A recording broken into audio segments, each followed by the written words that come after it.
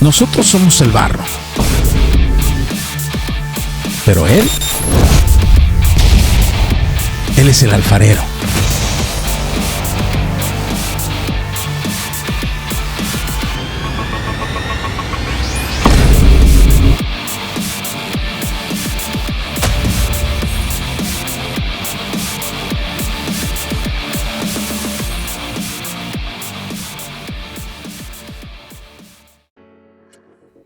Según los Corintios, tiene una declaración teológica maravillosa. No es de un tema central para la vida en Cristo, quizás, y tal vez por eso no se le da tanta atención como debiera. Pero aquí está, porque la tristeza que es conforme a la voluntad de Dios, en griego dice katateion, de acuerdo a Dios. La tristeza que es de acuerdo a Dios produce un arrepentimiento que conduce a la salvación sin dejar pesar. Sin dejar pesar significa que este tipo de tristeza no deja detrás de sí algo que nos pese. No significa que no pesa, como apreciamos unos versículos antes donde Pablo dijo, no me pesa aun cuando me pesó. Es decir, sí tiene un momento de pesar, pero es pasajero, especialmente cuando entiendes lo que está pasando o cuando comienzas a ver el fruto de ella. Cuando Pablo dijo sin dejar pesar, significa que cuando la tristeza pasó, se llevó también el pesar. Esa sensación de dolor, de fracaso, de derrota, de vacío, de culpa, de vergüenza. Pero la tristeza del mundo produce muerte. Esta tristeza quita la vida de las cosas, quita la vida de las relaciones, quita la vida de nuestra familia, quita la vida de gente. Y no nos dice que se lleva consigo el pesar, porque esta tristeza es el tipo de tristeza que se queda anclada en el alma. He platicado con cientos de personas que van en una ruta de autodestrucción consciente. Saben que se están dañando, pero algo en ellos les hace querer irse por ahí, porque algo les pasó, porque algo hicieron, algo les hicieron, y hoy viven amarrados a esa tristeza profunda, a veces por algo que incluso pasó hace muchísimo tiempo. Lo que Pablo quiere que entendamos aquí es que no todas las tristezas son iguales. Pueden temporalmente sentirse igual, pero sus frutos, lo que ellas producen, nos dicen de cuál tipo de ellas es. Pablo no está abordando el tema desde una perspectiva filosófica, ni quiere enfocarlo desde explicaciones psicológicas o marcar alguna distinción entre ellas valiéndose de la gramática. No, Pablo nos está dando una revelación bíblica para que entendamos el asunto desde la perspectiva de la palabra y no desde la opinión de otras escuelas de pensamiento. ¿Por qué es importante entender esta revelación del apóstol? Porque crecimos en el mundo, influenciados por las cosas del mundo y de los valores del mundo y del sistema del mundo. Y el mundo solo conoce un solo tipo de tristeza, el suyo. Así que para el mundo y en el mundo, toda tristeza es igual. Y aprendimos a verla así, escuchando al mundo. Y como todos hemos experimentado muchas veces la tristeza del mundo, cuando alguien está triste pensamos que es la misma tristeza que todo mundo conoce. Pero Pablo nos llama la atención a entender esto. Podemos estar tristes y puede sentirse igual a cualquier otra tristeza, pero los frutos de lo que estamos sintiendo van a decirnos si la tristeza es una tristeza ordinaria, común, mundana, o una que es katateion, conforme a Dios, según Dios. La palabra kata es como se conocen en griego lo que nosotros llamamos evangelios. En griego es katamataion evangelion, o evangelio según Mateo, o katamarkon según Marcos, o katalukan según Lucas, o kataioanen según Juan. Hay una tristeza que es katateion, conforme a Dios, según Dios, de acuerdo a Dios, lo que significa que Él la construyó, así como Mateo escribió su libro y Marcos el suyo y así. Esa tristeza que viene de Dios produce en nosotros arrepentimiento para salvación. Nadie se suicida por esa tristeza, nadie se aísla emocionalmente, nadie se apaga sentimentalmente, nadie se hunde en la conmiseración o en la autodestrucción. Esa tristeza produce arrepentimiento que nos conduce a la salvación. Esa tristeza, aunque al principio nos avergüenza, nos pesa, después nos reconcilia con Dios, nos limpia de culpas, nos recupera la dignidad. Quizás lloramos, quizás dolió, tal vez hasta gritamos en el desespero cuando la tristeza nos envolvió. Desespero, pero nunca en el desamparo, porque Dios siempre estuvo ahí, trabajando en nosotros con ella. Y luego pudimos probar lo que David llama el gozo de la salvación. Lee todo ese maravilloso Salmo 51, escrito por un hombre que había pecado y estaba atravesando esa tristeza que viene de Dios. Pero la otra tristeza no es katatheon, es thanaton katergasetai. La segunda palabra en griego es la suma de dos términos. Uno es kata, que ya lo vimos, y el segundo es derivado de argón, trabajo. Esta tristeza es de acuerdo al trabajo de la muerte, y esta tristeza llega para quedarse. Por eso muchos se embrutecen con alcohol o sustancias o ruido o violencia o inmoralidad o lo que sea para olvidar que aunque pasa y pasa el tiempo, ella sigue ahí y sigue quitando vida a nuestra vida, quitando vida a nuestra familia, quitando vida a nuestro entorno. Y esa tristeza también deja culpas, fracasos, derrotas, vergüenzas, vacíos. El problema es que adoctrinados por el mundo, no queremos experimentar la tristeza. Punto. Porque el mundo nos dijo que la tristeza es mala. Y sí, la tristeza del mundo sí lo es, pero como vimos, no es el único tipo de tristeza. Pero sí es el único tipo de tristeza que el mundo conoce. Pero nosotros, los que estamos en Cristo, acondicionados por el mundo, no queremos experimentar la tristeza. Y sin embargo, hay un tipo de tristeza que viene de Dios y es para nuestro bien. Vamos a Juan 16, donde el Señor está hablando en privado con los suyos, a quienes les dice: estas cosas les he dicho para que no tengan tropiezo. En griego es para que no se escandalicen. Los expulsarán de las sinagogas, pero viene la hora cuando cualquiera que los mate pensará que así rinde culto a Dios. Pero ellos hacen estas cosas porque no han conocido al Padre, ni han conocido a Cristo. Pero Cristo les dijo estas cosas a los suyos para que cuando llegase la hora, Él ya se los habría advertido. Quisiera continuar leyendo esto porque el Señor agregó: pero ahora voy al que me envió, y ninguno de ustedes me pregunta ¿a dónde vas? Pero porque les he dicho estas cosas, la tristeza ha llenado su corazón. Es decir, les dije que me voy, y ninguno de ustedes se preocupa por preguntar por mí. Pero bien que se pusieron tristes porque les dije que van a sufrir. Les dije que serán expulsados de sinagogas y que incluso serán muertos por mi causa. Eso sí los entristece, ¿no? Por eso les dije lo que les dije, para que no se escandalicen cuando suceda. ¿Qué es lo que Cristo les había dicho? ¿A qué se refiere aquí? Vamos a leerlo. Y para ello vamos un capítulo atrás, donde Cristo comienza a hablarles de esas cosas que Él quería recalcar en ellos, para que el gozo del Señor estuviera en ellos y que su gozo fuese perfecto, fuese completo, que no le faltase nada. Nota esto. Hace rato leíamos de ser expulsados e incluso muertos. Y todo eso es para tener el gozo del Señor y para que nuestro gozo sea completo. Sí.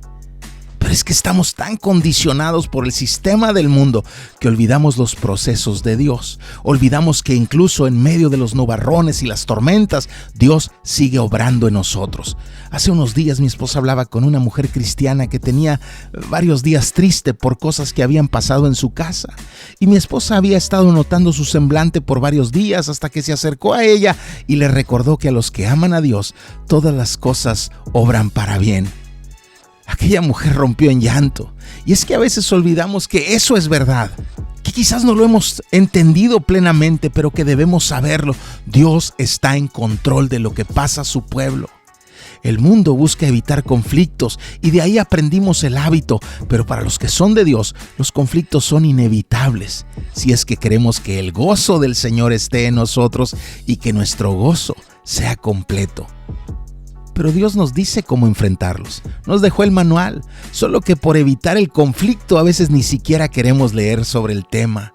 He conocido a muchos que no quieren ni ir al doctor y ni siquiera mencionar a la muerte porque les aterra la idea, pero ignorarla no nos hace inmortales. Y evadir al doctor solo nos acarrea más problemas médicos. Pero les repito, para los que son de Dios, los conflictos son inevitables. Vayamos al manual. Cristo nos enseña a prepararnos para esos días. ¿Cómo puede la iglesia, cómo podemos como creyentes atravesarlos? Primero nos dice, este es mi mandamiento, que se amen los unos a los otros así como yo los he amado. Nadie tiene un amor mayor que este, que uno dé su vida por sus amigos.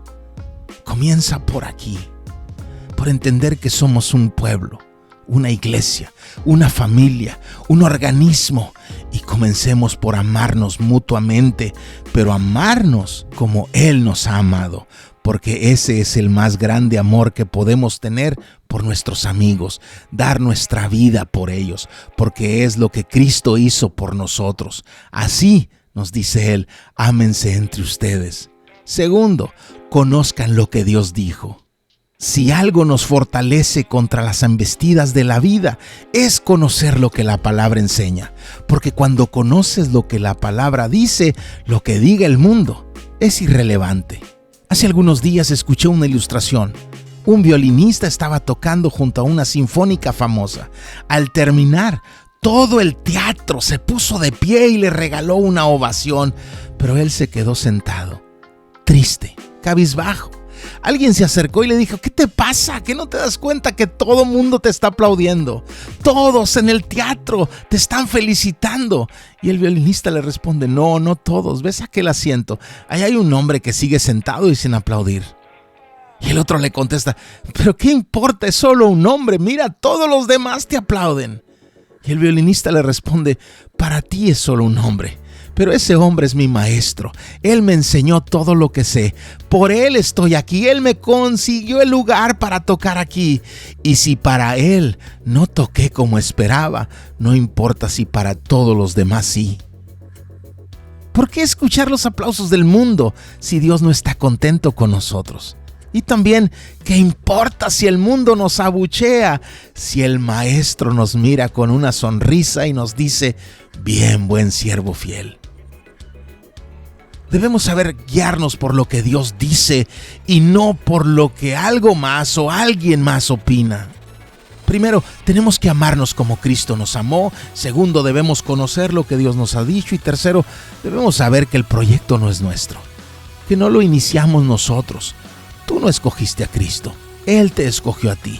Y aunque aquí nos dice los designé, en griego dice les he puesto, para que vayan y den fruto y para que su fruto permanezca, para que todo lo que pidan al Padre en mi nombre se los conceda.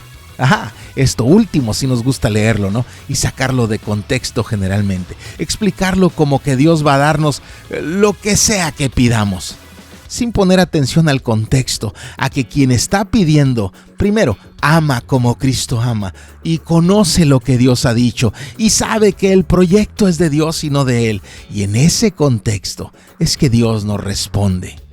Por eso inmediatamente después nos apunta al principio diciéndonos, esto les mando, que se amen los unos a los otros. En formato judío eso es un recordatorio a estudiar la lección de la que nos había dicho antes.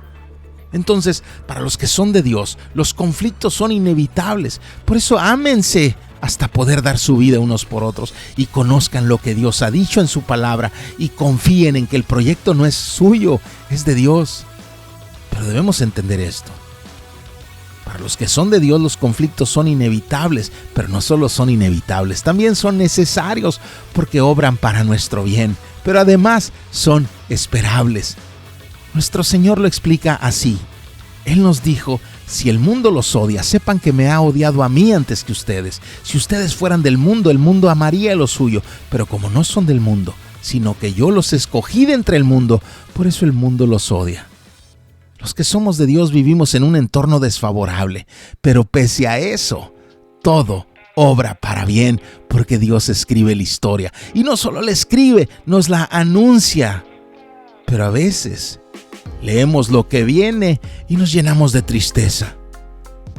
Y como actuamos bajo el instinto humano, natural, carnal, queremos evitarlas porque creemos que solo nos causarán dolor sin ganancia.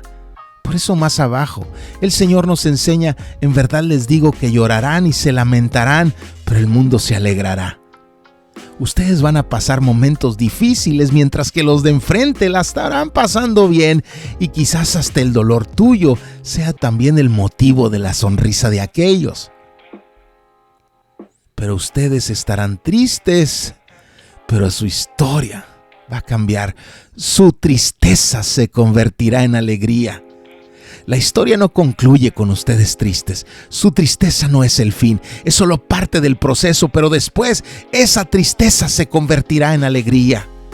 Y luego nos dijo esta ilustración: cuando la mujer está para dar a luz, tiene aflicción porque ha llegado su hora, pero cuando da a luz al niño, ya no se acuerda de la angustia por la alegría de que un niño haya nacido en el mundo. Lo he visto varias veces en mi esposa y en otras mujeres que aprecio. Llegaban al quirófano con angustias, con miedos, con preocupaciones, con dolores, pero salían de la clínica radiantes, orgullosas, contentas. Un bebé con ellas, y la llegada de esa criaturita hizo que todo hubiera valido la pena. Por tanto, ahora ustedes tienen también aflicción. El mismo término en griego que en 2 Corintios se traduce como tristeza. Ahora ustedes tienen tristeza, pero yo los veré otra vez y su corazón se alegrará y nadie les quitará su gozo. Esa es la esperanza de la iglesia, cuando estemos reunidos de nuevo con nuestro Señor y nadie nos pueda arrebatar ese gozo. Por eso Pablo nos explica que no todas las tristezas son iguales, que hay una que produce gozo y la otra deja dolor. Una produce reconciliación, la otra agiganta la enemistad. Una nos conduce a la gracia, la otra gime por venganza. Una lleva a la vida eterna, la otra produce muerte. Por eso no se trata de si sufrimos, sino de cómo sufrimos y de a dónde nos conduce esa tristeza. Miren, regresaré unos cuantos versículos para leer con ustedes lo que Pablo escribió. Porque si bien les causé tristeza con mi carta, no me pesa, aun cuando me pesó. ¿Recuerdas esto? Me pesa, pero no me pesa. O más bien, me pesó al principio, pero ya no me pesa. Recuerda que la tristeza que es conforme a la voluntad de Dios no deja pesar. Pues veo que esa carta les causó tristeza, aunque solo por poco tiempo. Me pesó causarles dolor, me pesó verles tristes, pero luego se me pasó, porque su tristeza fue solo por poco tiempo. Pero ahora me regocijo, no de que fueron entristecidos, sino de que fueron entristecidos para arrepentimiento, porque fueron entristecidos conforme a la voluntad de Dios, para que no sufrieran pérdida alguna de nuestra parte o de parte nuestra. Los de Corinto habían sido tolerantes con el pecado, pero irrespetuosos con el apóstol. Abrazaron y recibieron con orgullo al pecador, pero despreciaron a quien Dios puso entre ellos para guiarles. Y Pablo escribió una carta con la honestidad de alguien que ama y les dijo sin filtros lo que ellos estaban haciendo mal. Varios capítulos atrás leímos que les había escrito: pues por la mucha aflicción y angustia de corazón les escribí con muchas lágrimas, no para entristecerlos, sino para que conozcan el amor que tengo especialmente por ustedes. Y unos capítulos después les dice: porque miren, qué solicitud ha producido esto en ustedes, esta tristeza piadosa, qué vindicación de ustedes mismos, qué indignación, qué temor, qué gran afecto, qué celo, qué castigo del mal. En todo han demostrado ser inocentes en el asunto. En la primera de Corintios, los de Cloé le habían contado del pecado de los de Corinto. Cómo los de Corinto toleraban todo ese pecado, pero tiempo después Pablo ya era testigo que ellos habían cambiado. La tristeza que aquellas palabras del apóstol causaron había dado fruto. Esa tristeza los condujo a ser transformados. Pero miren la siguiente revelación del apóstol.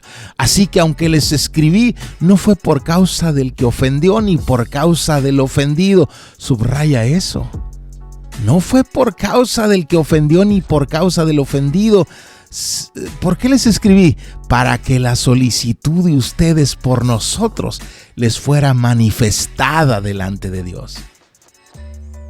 Les escribí del pecador, les escribí del pecado, les escribí de su tolerancia, pero eso no era lo que me motivaba a escribirles. El asunto central no era ni el ofensor ni el ofendido. Escribí pensando en ustedes, en que esa tristeza les abriera los ojos y les despertara interés en mí, a quien ustedes antes despreciaban. Por supuesto que no era un interés en Pablo como persona, sino Pablo, ese ser a quien Dios había enviado para edificarlos.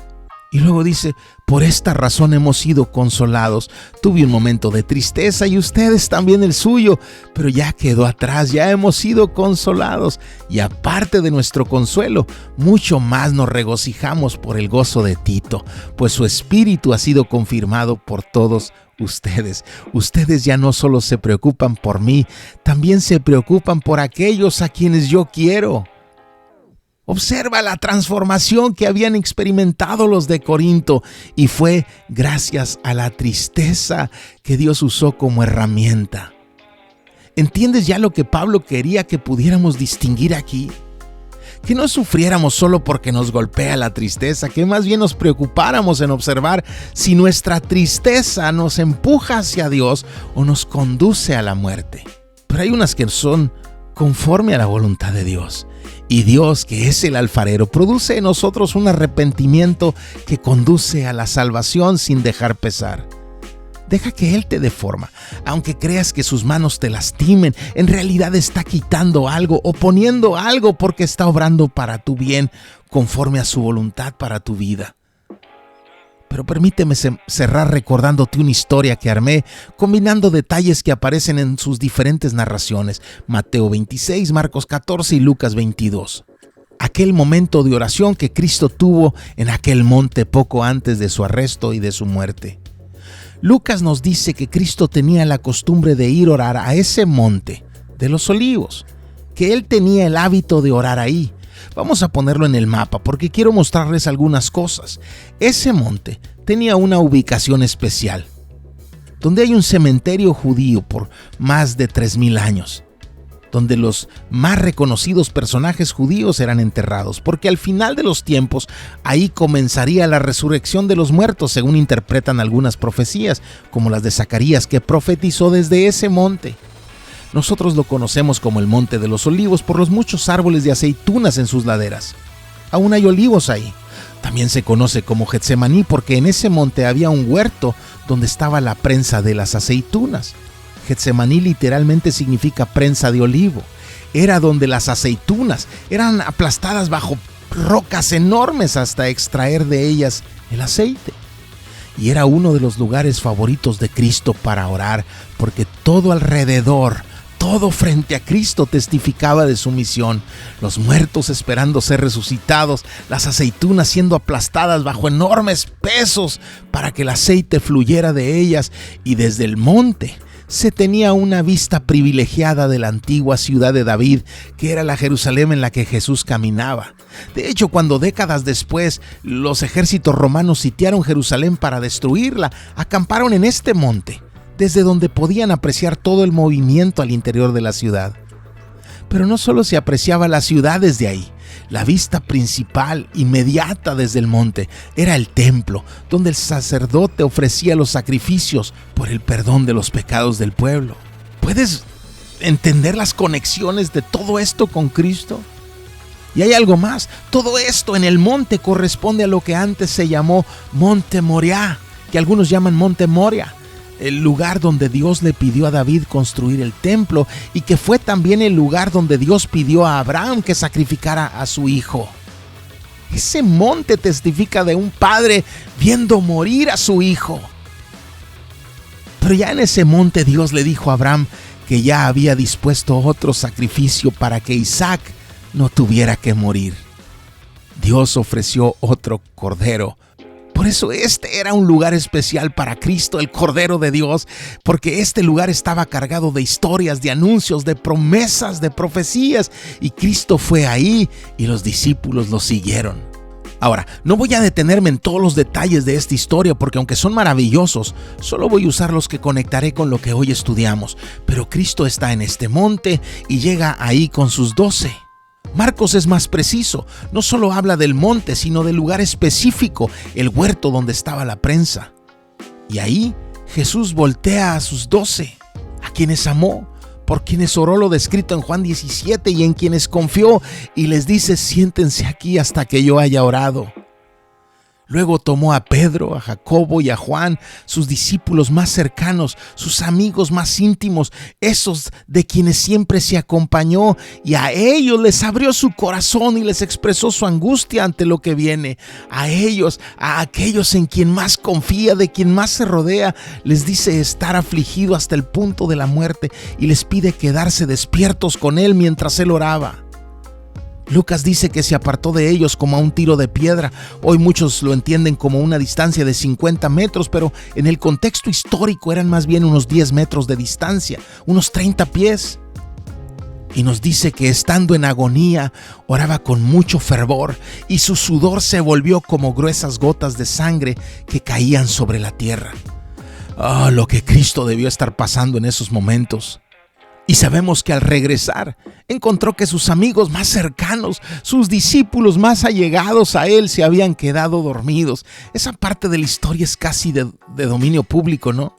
Pero les recuerdo esta historia porque quiero detenerme en una pequeña frase que Lucas, el médico, agrega a su narración. Lucas nos dice que la razón por la que se habían dormido era porque estaban tristes. Hay gente que se duerme ante las tristezas, ante las agonías, que prefiere ignorarlas, que prefiere sedarse, dormirse, anestesiarse, hacer lo que sea para no sentirlas. A esto quería llevarlos con esta historia. Pablo nos recuerda que hay tristezas que son de Dios y que son para nuestro bien, que están ahí para conducirnos, para forjarnos, para sanarnos, para edificarnos, para salvarnos.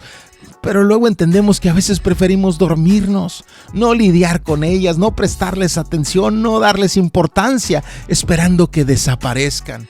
A veces hasta rogándole al Señor que nos las quite, porque no hemos aprendido a ver a Dios en todo. Pensamos que solo está en la sonrisa, pero Él también está en la lágrima. Está en la salud, pero también está en la enfermedad. Está en la abundancia, como está en las privaciones. Él está en las peticiones que nos responde, como está en las que su voluntad es diferente a la nuestra, porque sabe mejor que nosotros. No nos durmamos en medio de la tristeza. Miremos si ella es una de las que nos destruye o nos construye. Si es una que nos edifica o una que nos está llevando a la muerte. Si es una tristeza del mundo, no le regalemos ni una pezuña de lo nuestro. Pero si es de Dios, abracémosla como lo hizo Cristo en esta historia. Le dijo al Padre: Padre, si es posible, pasa de mí esta copa, pero que no se haga mi voluntad sino la tuya. Dios es el alfarero. Dejemos que Él nos dé forma como Él crea conveniente y confiemos en sus manos, porque sus manos todo lo hacen perfecto.